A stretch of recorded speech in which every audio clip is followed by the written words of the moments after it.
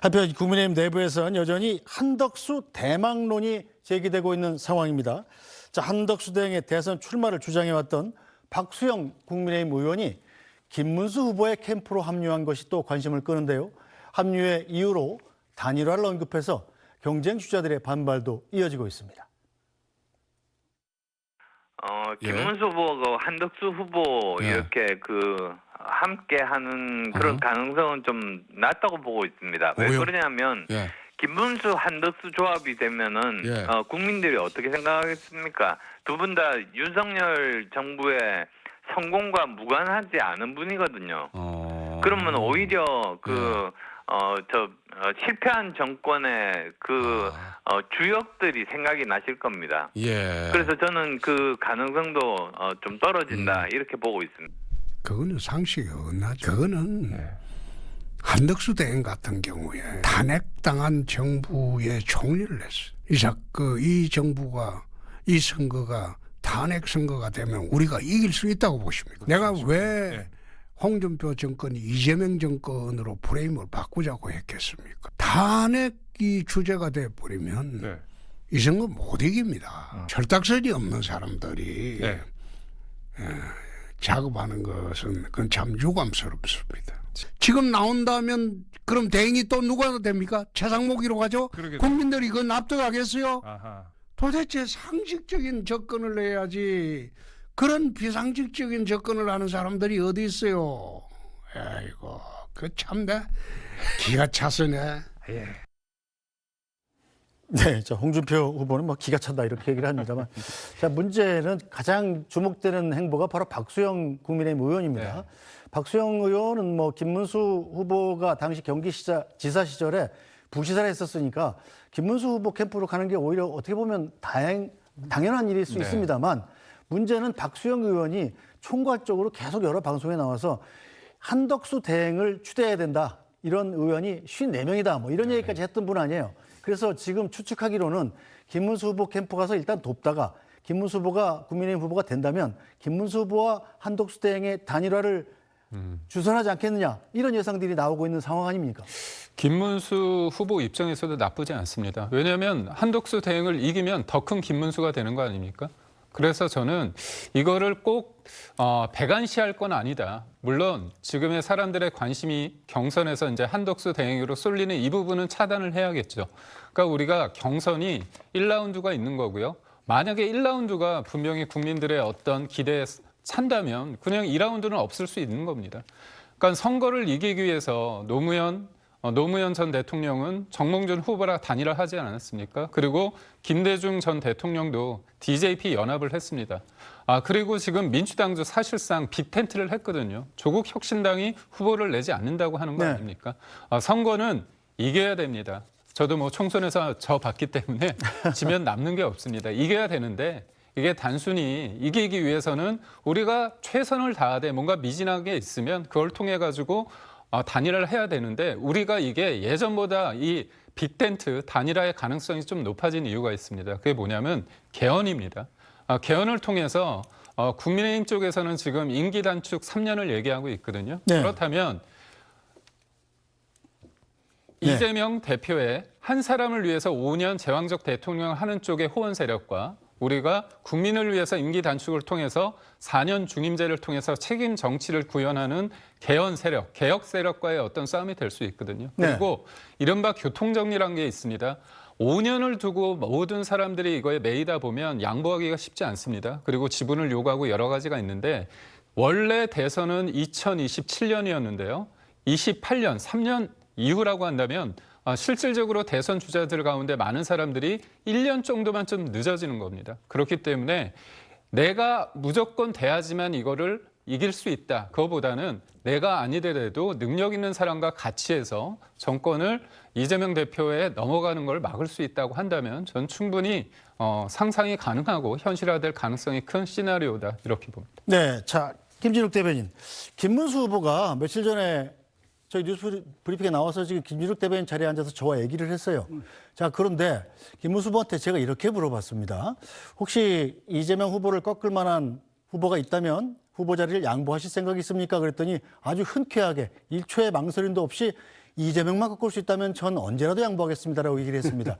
저는 아무리 경선이지만 내가 후보 자리를 이렇게 나오기 전부터 양보할 수 있다라고 말씀하시는 후보는 굉장히 드물게 보는 것 같은데 실제로 김문수 후보와 한덕수 대행의 단일화가 이루어져서 만약에 한덕수 대행이 국민의힘 대선 후보로 나서게 된다면 이재명 후보로서는 어떤가요? 저는 그 만일의 상황을 가정하기 위해서 여러 가지 지금 말씀 주신 시나리오가 전제 조건들이 있는데 그 전제 조건들이 충족되기가 상당히 어려울 수 있겠다라는 생각이 듭니다. 첫 번째는 한덕수 권한대행이 일단 출마를 해야지 되는 거 아니겠습니까? 만약에 출마를 안 하게 된다면 그 전제는 깨지는 것입니다. 두 번째, 그 김문수 후보가 최종적인 대선 국민의힘의 대선 후보로 선정이 돼야 되는데 그게 또 안 될 가능성도 있는 거 아닙니까? 오늘 MBS 여론조사를 보면 김문수 후보보다 앞에 계신 분들이 두 분이나 더 계신 거예요. 그렇다면은 김문수 후보가 대선 후보가 안 됐을 때 과연 세 번째 조건이 뭐냐 하면 김문수 후보가 아닌 다른 후보가 최종적인 국민의힘의 후보가 됐을 때 과연 그때도 여전히 한덕수 권한대행과의 단일화를 추진하겠다라는 강력한 의지가 있겠는가 하는 이런 전제 조건들이 다 충족이 돼야만 지금 말씀하신 시나리오가 성립되는 것인데 그러기에는 상당히 어려움이 있어 보인다. 지금 이렇게 당 내 경선을 치르면서 당 밖에 있는 사람에게 끊임없이 시선을 돌리고 구애를 하는 이런 과정들이 결과적으로 보면 국민의힘의 경선에 힘을 빼는 그런 그 효과를 스스로 초래하고 있다. 그런 부작용을 초래하고 있다라는 말씀을 하나 드리고 지금 이제 김기흥 대변인께서 개헌을 고리로 해서 말씀을 하시는데 이번 대선에서 개헌할 수 있습니까? 개헌은 불가능할 겁니다. 개헌을 같이 동시에 하지 못한다라는 것이 지금 현재까지 상황이니까요. 그렇다면 개헌을 약속하는 거 아닙니까? 결과적으로 보면 공약하는 것이 되겠죠. 그러면 지금 이번에 국민의힘에서 예를 들어서 홍준표 후보가 이 대선 후보가 되시면 본인은 5년 임기를 다 채우겠다는 강한 의지를 가지고 계신데 이 부분에 대해서도 국민의힘에서는 당론으로 대선의 공약으로 지금 4년 중임제를 확정시키신 건지 이런 부분에 대한 대답이 명쾌하게 있어야 될 것인데 그런 부분들은 좀 저희가 아직까지 찾아보지 못했던 것 같습니다. 어쨌든 이번에 지금 국민의힘에서 경선이 오늘 이제 시작이 됐는데 국민의힘의 경선에 크게 기대하지 않고 아까 말씀하신 2라운드에 기대하는 쪽이 더 커진다면 아마 국민의힘에서 선출되는 이 후보가 큰 힘을 받기는 상당히 어려울 것 같다 이런 생각이 듭니다. 제가 짧게만 말씀드리자면 한 사람에 집착하는 게 아니라 큰 승리를 위해서 대승적 결단을 할 수 있다는 게 전략적으로 되게 중요합니다. 그런 측면을 말씀드리고 김문수 후보 같은 경우는 굉장히 단일화에 적극적인데 다른 후보들은 적극적이지 않다. 그렇지 않습니다. 우선 빅텐트에 다 동의를 하세요. 그리고 만약에 경선 과정에서 김문수 후보 같은 경우는 단일화에 대해서 열려 있는데 다른 후보가 안 열려 있다. 그런 국민의힘이나 아니면 당원들이나 국민들 입장에서는 당신이 가지는 나 아니면 안 된다는 그 오만함 이거를 오세훈 시장이 얘기했습니다. 나 아니면 안 된다는 그 오만함이 횡행하고 있다는 거잖아요. 그래서 우리는 한 사람이 경선에서 1등하는 게 중요한 게 아니라 본선 경쟁력을 키우기 위한 여러 가지 시나리오 중에 하나다. 그런 과정 속에서 제가 볼 때는 야당이 지나치게 민주당이 이거에 대해서 감나하라 배나하라 그럴 필요는 없다고. 자, 한덕수 권한대행이 만약에 대선 후보로 나서려면 5월 4일까지 현재 권한대행직 총리직을 사퇴를 해야 됩니다.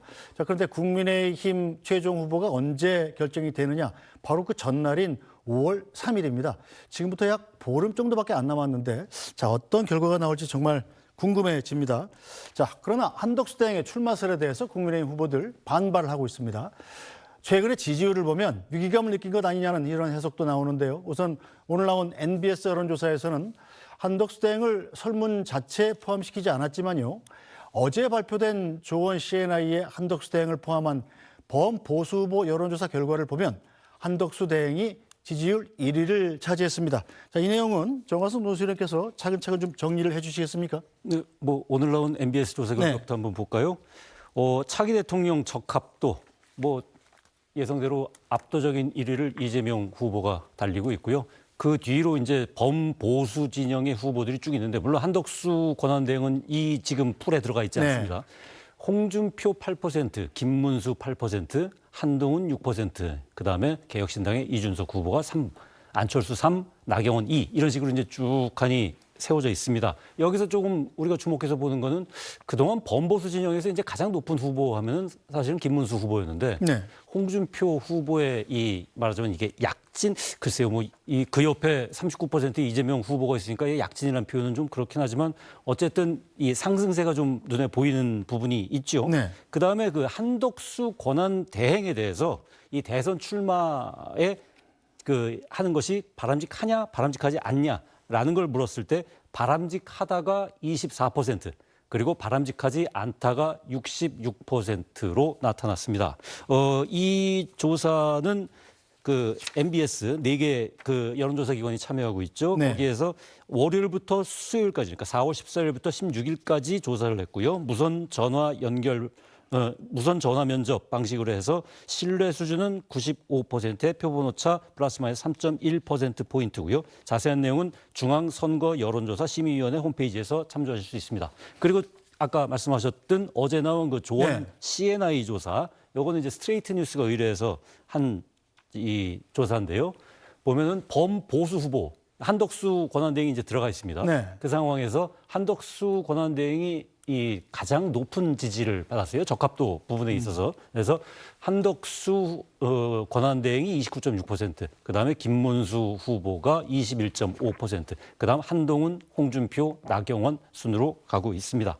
이 조사는 4월 13일, 14일, 그러니까 지난 일요일하고 월요일에 이 조사를 한 거고요. 이거는 아까는 전화 면접이었지만 이건 무선 ARS 조사입니다. 그래서 95% 신뢰 수준의 표본오차는 플러스 마이너스 3.1%포인트고요. 이 조사 역시 마찬가지로 자세한 내용은 중앙선거 여론조사 심의위원회 홈페이지에서 참조하실 수 있습니다. 네, 자 김기영 대변인 일단 조금 전에 조사를 보면 다른 어떤 후보보다도 보수 진영 후보만 놓고 보면 한덕수 권한대행이 월등한 지지율을 받고 있지 않습니까? 그만큼 한동훈 대세론이 국민의힘 내부에서는 힘을 받을 수 있다 이렇게 보십니까?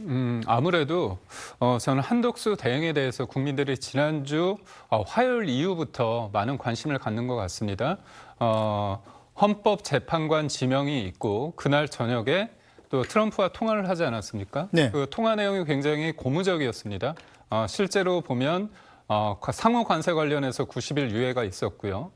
통화를 직접 한 트럼프가 굉장히 좋은 통화 내용이다. 그리고 그 이후에 무역협정 관련해가지고 한국과 일본 동맹국 관련해서는 우선시해라. 그리고 저희가 경제부총리가 다음 주에 가지 않습니까? 그러니까 지금의 어떤 시대 정신, 소위 말해서 통합과 그다음에 경제인데 여기에서 경제가 예전에는 어떻게 보면 기업을 성장시킨 것도 있었지만 지금은 대외 변수, 트럼프라는 변수가 커지는 바람에 저는 본심의 어떤 시대 정신이 뭘까 했을 때 트심이라는 표현을 좀 쓰고 싶은데요. 트심이 트럼프입니다.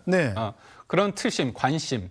여기에서 말하는 관심은 관세인데 그런 부분에서 실질적으로 잘해낼 수 있는 사람이 누군가를 봤을 때 이재명 대표는 아니지 않습니까? 그렇다면 알고 보니까 실질적으로 대통령 대항을 하고 있는 한덕수가 그런 존재였구나. 우리가 한덕수를 재발견한 거거든요. 그런 측면에서 이게 국민의힘의 몇몇 의원들이 뭐 소위 말해서 연판장을 돌린다 뭐 한다고 해서 국민의 여론이 여기까지 올라오는 게 아니라 한덕수가 대통령이 될 만한 상황이구나를 현실적으로 보여준 거죠. 그런 측면에서 봤을 때 우리는 선거에서 이기기 위해서 이 한덕수, 국민들로부터 사랑받고 관심을 받는 한덕수에 대해서 우리는 생각을 안 하는 게 어떻게 보면 제가 볼 선거 전략상 맞지 않는 겁니다. 그래서 이런 가능성은 가능성대로 열어놓고 경선 과정에서 우리가 할 수 있는 거, 국민의 사랑과 관심을 차지하기 위한 여러 가지 어떤 선의의 경쟁은 오늘부터 시작됐다 이렇게 말씀드립니다. 네, 제가 조금 전에 김기영 대변인한테 질문할 때 한덕수 대세론이라고 안 그러고 한동훈 대세론이라고 했습니까?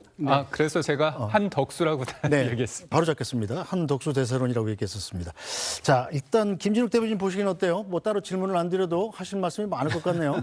예, 뭐 지금 국민의힘 안에서 한덕수 권한대행에 대해서 끊임없이 구애하고 관심을 갖고 하는 부분들, 뭐 정당에서 그럴 수 있다고 봅니다만, 저는 가장 큰 문제는 한덕수 권한대행이 본인에게 있다, 이런 말씀 좀 먼저 드리고, 한덕수 권한대행이 지금 이 대선에서 본인을 이렇게 많이 찾는 분들이 계시다면 스스로 빨리 결단을 내려줘야 되는 거 아닙니까? 출마를 하시던 아니면 출마를 안 한다고 선언을 하고 권한대행으로서의 역할에 충실하겠다고 하시던 둘 중에 하나를 해야지, 지금 뭐 이것도 아니고 저것도 아니고 계속해서 이쪽 저쪽을 간을 보시는 것도 아니고, 이런 모습들을 국민들에 대한 예의가 아니다, 이런 말씀을 좀 먼저 드리고, 그 범보수 후보들 안에서 한덕수 이 권한대행이 지금 한 30%에 가까운 그 지지율이 나오는데, 네. 저거는 저는 이렇게 해석합니다. 어떤 중도의 확장성이나 이런 부분하고 관계없이 지금 보수 내에서 좀 전에 김기현 대변인 표현대로 한덕수의 재발견을 하고 있는지는 모르겠어요. 그러나 실질적으로 한덕수 권한대행이 최종적으로 후보가 되었을 때 과연 한덕수 권한대행에게 똑같은 저 지지율이 갈 것이냐. 한덕수 권한대행이 갖고 있는 단점, 한덕수 권한대행 이번에 지금 실패한 윤석열 정권의 2인자를 처음 시작할 때부터 마무리할 때까지 하고 있는 분 아닙니까? 그리고 여러 가지 실패 사례들이 많이 있습니다만, 그중에 가장 큰 거 하나만 꼽으라면, 네. 어쨌든 12.3 비상계엄을 말리지 못했고 본인이 모시고 있었던 그 윤석열 전 대통령이 파면당해서 쫓겨나가는 상황까지도 지금 저 자리에서 지켜보고 계셨던 분 아닙니까? 그렇다면 도의적 정치적 모든 책임을 함께 질 수밖에 없는 그런 분이 여전히 대권을 꿈꾸고 있다라는 것이 과연 가당키나 한 얘기인가, 그런 부분들에 대해서 국민들께서 분명하게 표로서 심판하실 것이다. 일단 출마 결심부터 빨리 하실 거면 빨리 결심하시는 건 좋겠다. 오늘이라도 그 부분에 대한 명확한 입장 말씀 주시길 바란다, 이런 말씀도 좀 드립니다. 네, 자, 정화순 노수련, 한덕수 권한대행 이 대통령 선거에 나가지 않겠습니다, 이렇게 한마디를 하면 되는데 그 얘기 안 해요. 그리고 마지막 소명을 다하겠습니다, 뭐 이렇게 아송다송한 얘기를 한 다음에 지금 어제 오늘 일정을 보면 그 일정 자체가 바로 대권 행보 아니냐, 이런 지적들이 나올 법도 하죠. 그렇습니다. 이번 주에 국회 본회의장에서 계속 대정부 질문이 열리고 있었거든요. 거기를 불참을 하면서 그제는 한덕수 이 권한대행이 광주를 방문했죠. 네. 그래서 이 자동차 공장하고 그다음에 거기에 1,000원 뭐 백반 식당 가서 거기에 뭐 후원금을 뭐 전달하고 편지도 뭐 쓰고 뭐 하고, 어제는 또 울산을 갔어요. 네. 울산 가서 뭐 이 결식아동을 지원하는 식당에 방문해서 뭐 돈가스도 먹고, 그다음에 뭐 현대중공업도 방문하고, 이러면서 어찌 보면 대권 행보 같은, 그러니까 그 위에 대권 후보들이 이렇게 하는 동선들 있지 않습니까? 네. 흔히 보는 그거랑 좀 비슷한 행보를 보이고 있어요. 그 와중에 사실은 어제는 그 세월호 네. 11주년 기억식이 있었는데 이제 거기 불참했고요. 네. 그다음에 본회의장에서 열린 아까 말씀드린 대로 대정부 질문 불참했고, 그 대신에 지금 뭐 광주, 울산 이렇게 다니고 있는데, 이런 부분들은 사실은 이 대권에 대해서